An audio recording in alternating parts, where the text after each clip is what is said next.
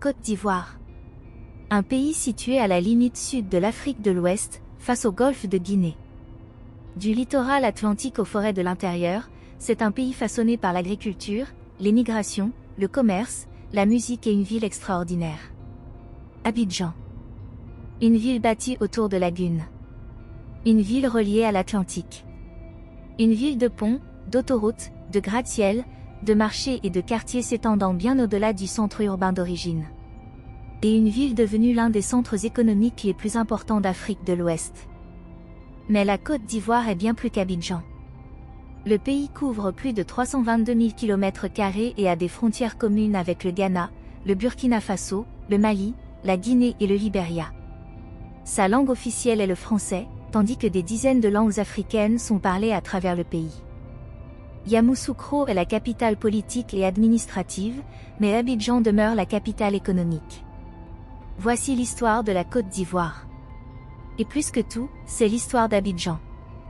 Bien avant l'apparition des gratte-ciels le long de la lagune ébriée, cette région abritait des communautés africaines dont la vie était liée à l'eau, aux forêts et aux terres environnantes. Parmi elles se trouvaient les ébriés et d'autres peuples rattachés au groupe Akan, qui établirent des communautés autour des lagunes. La lagune n'était pas une simple caractéristique géographique. Elle faisait partie de la vie quotidienne. Elle fournissait de la nourriture. Elle traçait des voies de déplacement. Et elle façonnait les lieux d'implantation des communautés. Le nom moderne d'Abidjan est lié à cette histoire ancienne. La zone s'est développée autour d'un ensemble d'établissements indigènes avant que l'influence européenne ne transforme le littoral. Puis l'Atlantique a ouvert un autre chapitre. Des commerçants européens ont atteint les côtes de ce qui est aujourd'hui la Côte d'Ivoire il y a plusieurs siècles. Les navigateurs portugais furent parmi les premiers Européens à établir des contacts commerciaux avec la côte au XVe siècle. Plus tard vinrent les Néerlandais, les Français et les Britanniques. Au XIXe siècle, l'influence française s'étendait. En 1843, des comptoirs commerciaux français furent établis à Grand-Bassam et à Assigny. Et en 1893, la Côte d'Ivoire devint une colonie française. Mais l'avenir du pays n'était pas encore centré sur Abidjan. La première capitale coloniale fut Grand-Bassam. Située sur la côte à l'est de l'actuel Abidjan, Grand-Bassam devint un important centre d'administration et de commerce. Ces bâtiments coloniaux subsistent encore aujourd'hui comme les témoins de cette période. Mais les maladies et des conditions difficiles finirent par affaiblir sa position. Le centre administratif fut transféré à Bingerville. Puis un autre endroit commença à attirer l'attention. Abidjan. Le système lagunaire offrait un immense avantage stratégique. Le défi consistait à relier la lagune à l'Atlantique. Cela exigeait la construction du canal de Vridi. Le projet devint l'un des plus grands défis d'ingénierie de l'histoire naissante d'Abidjan. Le sable entravait de manière répétée les travaux. Le terrain résistait à l'aménagement. Mais le chantier se poursuivit. Finalement, le canal relia la lagune ébriée à l'océan Atlantique. Et tout changea. Abidjan devint le centre d'un nouveau système économique. Le port reliait directement la ville à l'Atlantique. Les chemins de fer la reliaient à l'intérieur des terres. Les routes se développaient vers l'extérieur. Les entreprises arrivèrent. Les travailleurs arrivèrent. Et la population commença à croître. Abidjan devint officiellement la capitale de la colonie en 1934. La ville n'était plus un simple établissement au bord d'une lagune. Elle devenait une porte d'entrée. Une porte d'entrée entre la côte et l'intérieur. Une porte d'entrée entre la Côte d'Ivoire et le reste du monde. Et à terme, une porte d'entrée pour une grande partie de l'Afrique de l'Ouest. Puis vint l'indépendance. Le 7 août 1960, la Côte d'Ivoire devint indépendante sous la présidence de Félix Houphouët-Boigny, premier président du pays. Le pays aborda l'indépendance avec une économie de plus en plus portée par l'agriculture. Le café, le cacao, l'huile de palme, le coton, le caoutchouc, le bois et d'autres produits agricoles. La Côte d'Ivoire devint rapidement l'une des économies les plus florissantes d'Afrique de l'Ouest. Et Abidjan devint le lieu où cette croissance économique s'incarnait visuellement. La ville s'est développée à une vitesse extraordinaire. De nouvelles routes ont fait leur apparition. De nouveaux ponts ont relié les quartiers. Des bâtiments modernes se sont élevés au-dessus de la lagune. Des hôtels ont ouvert leurs portes. Des banques y ont établi leurs sièges. Des entreprises internationales sont arrivées. Et le plateau est devenu le symbole visuel d'une Côte d'Ivoire en pleine modernisation. Le plateau. Voici le cœur des affaires d'Abidjan. Presqu'île entourée par la lagune et brillée sur 3 côtés, le plateau est devenu le centre administratif et d'affaires de la ville. Ses tours s'élèvent au-dessus de l'eau. Les ministères côtoient les banques. Des entreprises internationales occupent des bureaux modernes. Des hôtels et des institutions majeures bordent les rues. Et son panorama urbain est devenu l'une des images emblématiques de la Côte d'Ivoire. Le plateau est petit en comparaison de l'immense zone métropolitaine qui l'entoure. Mais son importance est considérable. C'est là que convergent la finance, le gouvernement, les affaires et le commerce international. C'est le centre d'où rayonne une grande partie de la puissance économique d'Abidjan. De l'autre côté de la lagune se trouve Treichville. L'atmosphère change immédiatement. Les tours étincelantes du plateau laissent place à des rues animées, des marchés, des boutiques, des restaurants et une vie urbaine dense. Treichville est depuis longtemps l'un des quartiers les plus vivants d'Abidjan. C'est un lieu où la ville se vit au plus près du sol. Les gens bougent sans cesse. Voitures, taxis et bus se disputent l'espace. Les marchés débordent dans les rues. Les vendeurs de nourriture servent des clients tout au long de la journée. Et les bruits de la ville se font plus intenses. C'est un autre Abidjan. Pas celui des gratte-ciels. Pas celui des conseils d'administration. Mais la ville du quotidien. La ville qui travaille. Vient ensuite Cocody. Si le plateau représente les affaires, Cocody incarne un autre visage d'Abidjan. Quartier résidentiel. Université. Ambassade. Hôtel. Restaurant. Complexe moderne. Espace vert. Et quelques-unes des adresses les plus réputées de la ville. Le contraste entre Cocody et le centre commercial dense montre à quel point Abidjan est devenu vaste et diverse. La ville n'est pas un environnement urbain uniforme. C'est une mosaïque de mondes différents reliés entre eux. Et puis il y a Yopougon. L'un des quartiers les plus grands et les plus dynamiques du Grand Abidjan. Ici, l'échelle devient difficile à appréhender. Les quartiers s'étirent à perte de vue. Les rues commerçantes restent animées très tard le soir. La musique s'échappe des magasins et des voitures. Des échoppes de nourriture fonctionnent le long des axes majeurs. Les jeunes se rassemblent dans les maquis et les lieux de divertissement. Et la ville déborde d'une énergie intense. Yopougon occupe également une place majeure dans l'identité culturelle d'Abidjan. C'est une ville où la musique ne reste pas enfermée dans les salles de concert. Elle fait partie intégrante de la vie quotidienne. Abobo raconte une autre histoire. C'est l'une des plus grandes communes urbaines d'Abidjan et une zone résidentielle majeure. Ces rues témoignent de l'immense transformation démographique qui s'est opérée à travers toute la Côte d'Ivoire. Des personnes sont arrivées de différentes régions du pays. D'autres sont venues des nations voisines d'Afrique de l'Ouest. Abidjan est devenu profondément cosmopolite. Le profil officiel de la ville fait état d'une vaste communauté étrangère et indique que pratiquement toutes les nationalités sont représentées dans la métropole. C'est l'une des caractéristiques fondamentales d'Abidjan. Elle est ivoirienne. Mais elle est aussi ouest-africaine. À Abidjan, les frontières s'estompent. Un restaurant peut servir de la cuisine ivoirienne aux côtés de plats du Burkina Faso, du Mali, de la Guinée, du Sénégal ou du Nigeria. Différentes langues se font entendre dans un même quartier. Différents accents résonnent dans les marchés. Différentes cultures se croisent dans les rues. Et toutes contribuent à l'identité de la ville. Ces migrations ont contribué à faire d'Abidjan l'un des grands carrefours urbains d'Afrique de l'Ouest. Il y a ensuite Marcory.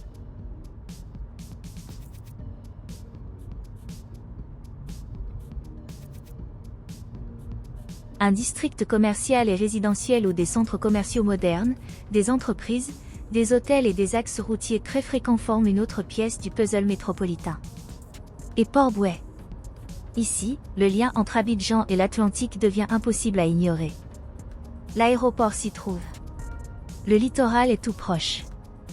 Le système portuaire relie le pays au commerce international. Et de grands axes routiers transportent personnes et marchandises à travers la frange sud de la métropole. L'emplacement d'Abidjan est l'un de ses plus grands atouts. La ville se situe entre lagune et océan. Et grâce à cette géographie, elle est devenue une porte d'entrée pour l'ensemble du pays. Le port est au cœur de cette histoire. Le port moderne et le canal de Vridi ont transformé la position économique d'Abidjan. Les navires pouvaient entrer depuis l'Atlantique. Les marchandises pouvaient s'acheminer vers l'intérieur. Les exportations agricoles pouvaient atteindre les marchés internationaux. Et les importations pouvaient circuler en sens inverse. Le chemin de fer reliait Abidjan vers le nord, au cœur des terres, et plus loin vers le Burkina Faso. La ville est devenue un maillon commercial majeur entre la côte atlantique et les pays enclavés plus au nord. C'est pourquoi Abidjan est devenue bien plus que la capitale économique de la Côte d'Ivoire. Elle est devenue un pôle économique pour toute la région. Le profil officiel du pays décrit les réseaux portuaires, aéroportuaires, routiers et ferroviaires de la ville comme des portes d'accès à la Côte d'Ivoire et à toute la sous-région. Mais Abidjan, ce n'est pas seulement du béton et du commerce. La lagune est partout. La lagune ébriée traverse la métropole, séparant les quartiers et façonnant un paysage unique par rapport à la plupart des grandes villes africaines. L'eau entoure des parties du cœur urbain. Des ponts relient les districts entre eux. Des bateaux naviguent sur la lagune. Et le panorama urbain se reflète dans l'eau. C'est ainsi qu'Abidjan a hérité de ce nom poétique, la perle des lagunes. La ville s'est développée autour de ses voies d'eau, et même après des décennies d'urbanisation rapide, les lagunes demeurent essentielles à son identité. Les ponts constituent une autre caractéristique essentielle. Ils sont bien plus que des infrastructures. Ils sont les liens physiques entre les différentes parties de la métropole. Le pont Félix Houphouët-Boigny relie le plateau à Treichville. Le réseau grandissant de ponts et de voies rapides de la ville est devenu d'autant plus crucial que la population métropolitaine a augmenté. Depuis les voies élevées, un autre Abidjan se révèle. La lagune en contrebas. Les tours du plateau au loin. Des quartiers denses s'étendant jusqu'à l'horizon. La circulation s'écoulant dans toutes les directions. Et les chantiers de construction qui se poursuivent à travers le paysage métropolitain. Abidjan continue de grandir.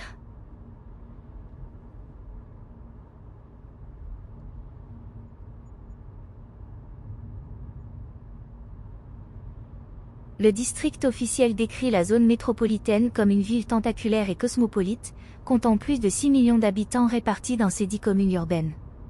Cette croissance crée d'immenses opportunités. Mais elle génère aussi une pression énorme. La circulation. Le logement. L'évacuation des eaux. La gestion des déchets. Les transports publics.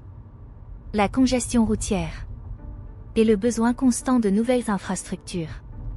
Une ville de cette taille doit continuellement se reconstruire. Chaque nouvelle route modifie les relations entre les quartiers. Chaque pont transforme les parcours de déplacement. Chaque nouvel aménagement repousse les frontières urbaines plus loin. Abidjan n'est pas achevée. Elle est encore en pleine construction. Et au-delà de la ville, la Côte d'Ivoire se fait plus verte. Le pays s'étend de la côte humide du sud vers les forêts et les savanes de l'intérieur. Son économie agricole a joué un rôle central dans son développement. Le cacao y occupe une place toute particulière. La Côte d'Ivoire est devenue le premier producteur mondial de cacao, faisant du pays un acteur majeur de l'industrie mondiale du chocolat. Mais les champs de cacao sont bien loin des gratte-ciels du plateau. Ils s'inscrivent dans des paysages ruraux où le rythme de vie est totalement différent. Les agriculteurs. Les plantations. Les petites communautés.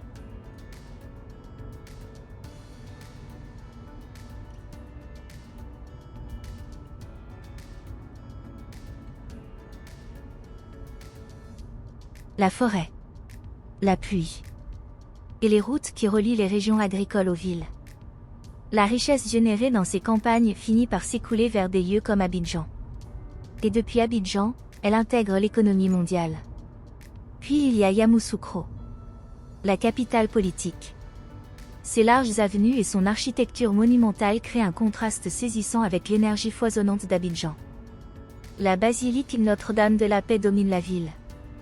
Construite entre 1986 et 1989, la basilique a été conçue en s'inspirant de la basilique Saint-Pierre de Rome et possède un dôme central de 90 mètres de diamètre. Yamoussoukro incarne l'ambition politique de la Côte d'Ivoire moderne. Mais Abidjan reste le cœur économique du pays. Les deux villes racontent deux facettes d'une même histoire nationale. Yamoussoukro représente le pouvoir politique. Abidjan représente le pouvoir économique. Et puis il y a Grand-Bassam. Juste à l'est d'Abidjan, cette ville côtière historique préserve un chapitre plus ancien. Avant qu'Abidjan ne devienne prédominante, Grand-Bassam était le centre de l'administration coloniale et du commerce. Son ancien quartier colonial abrite encore des bâtiments historiques qui témoignent de l'importance passée de la ville. Grand-Bassam a été inscrite au patrimoine mondial de l'UNESCO en 2012. Aujourd'hui, sa relation avec Abidjan est presque symbolique. Grand-Bassam représente l'ancienne porte d'entrée côtière. Abidjan représente la métropole moderne. Entre les deux se dessine l'évolution de la Côte d'Ivoire. Mais l'identité du pays ne s'écrit pas seulement dans ses bâtiments. Elle résonne dans sa musique. La Côte d'Ivoire a donné naissance à certains des styles musicaux les plus influents d'Afrique de l'Ouest. Le coupé-décalé, le zouglou, les influences afrobeat, les rythmes traditionnels et d'innombrables déclinaisons locales. Abidjan est le cœur de cette culture musicale. Ces quartiers ont vu naître des artistes, des danseurs et de nouvelles sonorités qui ont voyagé bien au-delà des frontières du pays. La musique résonne dans les maquis et les clubs. Les voitures. Les restaurants. Les rassemblements de rue. Et les fêtes. La ville ne se contente pas de consommer la culture. Elle la crée. La gastronomie raconte un autre volet de cette histoire. La tiéké. Le garba. La loco. Le kedjenou. Le poisson grillé. Le poulet. Le riz. Le manioc.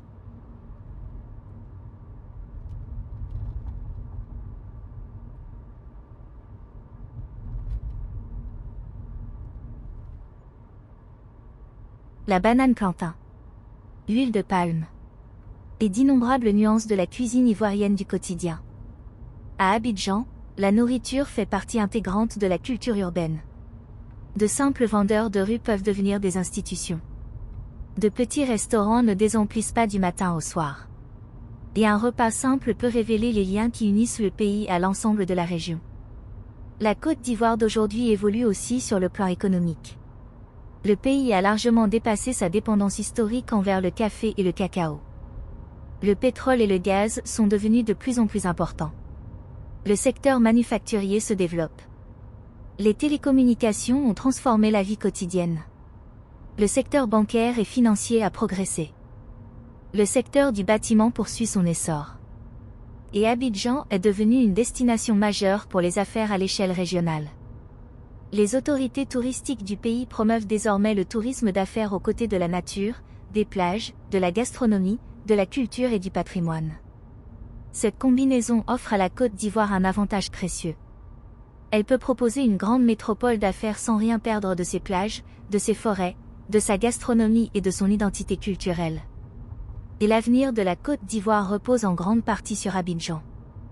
La ville concentre déjà une part immense de l'activité économique du pays. Le district d'Abidjan indique que la métropole représente environ 40% du PIB national. Cela fait d'Abidjan bien plus qu'une simple ville. C'est un moteur économique. C'est là que les investissements arrivent. Là où les entreprises établissent leurs sièges. Là où les institutions internationales opèrent. Là où les marchandises entrent dans le pays. Là où la jeunesse cherche des opportunités. Et là où le lien entre le pays et l'économie mondiale est le plus visible. Mais la ville est aussi confrontée à une question. Comment une métropole de plusieurs millions d'habitants peut-elle continuer à grandir sans perdre ce qui a fait son succès? Les infrastructures peuvent-elles suivre le rythme de la croissance démographique? Les transports publics peuvent-ils réduire la congestion? Les logements peuvent-ils se développer suffisamment vite? L'environnement lagunaire peut-il être protégé? La croissance économique peut-elle bénéficier au-delà des quartiers les plus aisés? Et les opportunités créées à Abidjan peuvent-elles profiter à l'ensemble de la Côte d'Ivoire? Ces questions façonneront la prochaine génération. Détour du plateau aux rues de Yopougon. De Cocody à Trècheville. De Marcory à Abobo. De Port-Bouët au rivage de Grand-Bassam.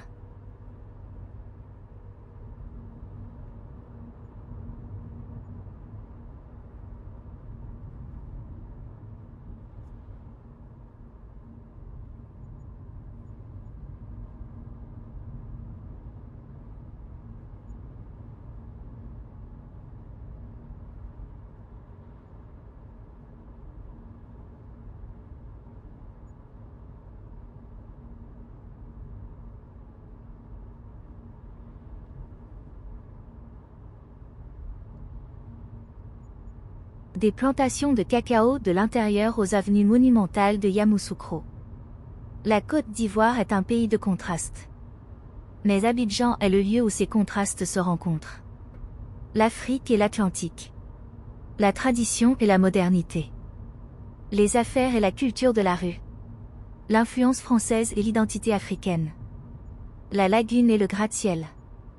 Les anciens quartiers et les nouveaux aménagements. Une ville autrefois choisie pour son emplacement stratégique est devenue une métropole dont l'influence rayonne bien au-delà de ses frontières. Les lagunes sont toujours là. L'Atlantique est toujours là. Les routes continuent de s'étendre. Le panorama urbain s'élève toujours plus haut. Et des millions de personnes continuent de traverser la ville chaque jour. Abidjan n'est plus seulement le lieu où la Côte d'Ivoire gère ses affaires. Elle est devenue l'une des plus grandes histoires urbaines d'Afrique de l'Ouest. Et au-delà de la ville, le pays continue d'évoluer. La Côte d'Ivoire bâtit. La Côte d'Ivoire s'agrandit. La Côte d'Ivoire s'interconnecte de plus en plus avec le monde. Et au centre de tout cela se dresse Abidjan. La perle des lagunes. La capitale économique. La porte d'entrée de la Côte d'Ivoire. Et l'une des villes les plus fascinantes d'Afrique de l'Ouest.